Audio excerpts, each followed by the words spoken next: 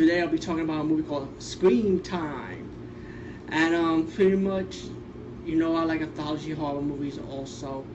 And this is another anthology horror called Screamtime, like I just said the title just now.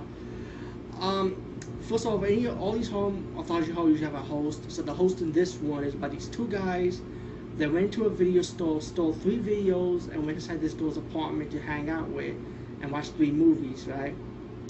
So anyway, first story was about this guy who's obsessed with his puppets, you know what I'm saying?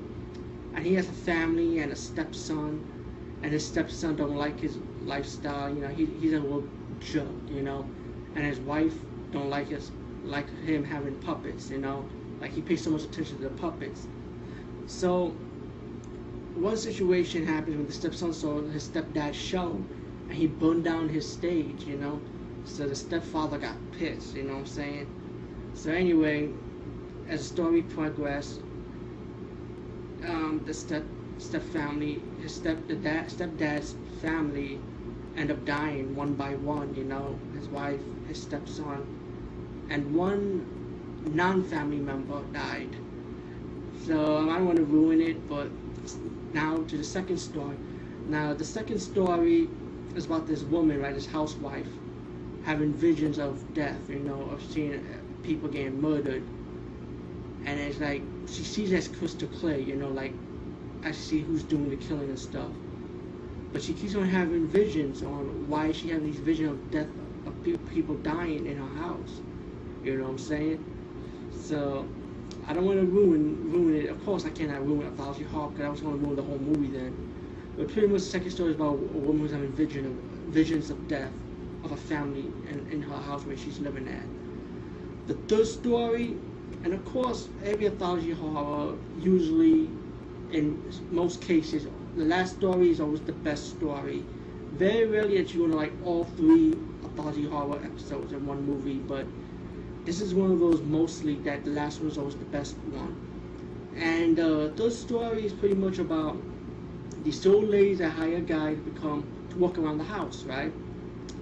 So, as the old lady mentioned that there were fairies living in the house, like, you got your good fairies and your bad fairies, So this movie had fairies, gnomes, and even have zombies in the third episode of the anthology horror of Screamtime, which 3 guys come in and trying to rob the 2 old ladies of their money, of their house, to rob the money so the guy could pay for his motocross fair.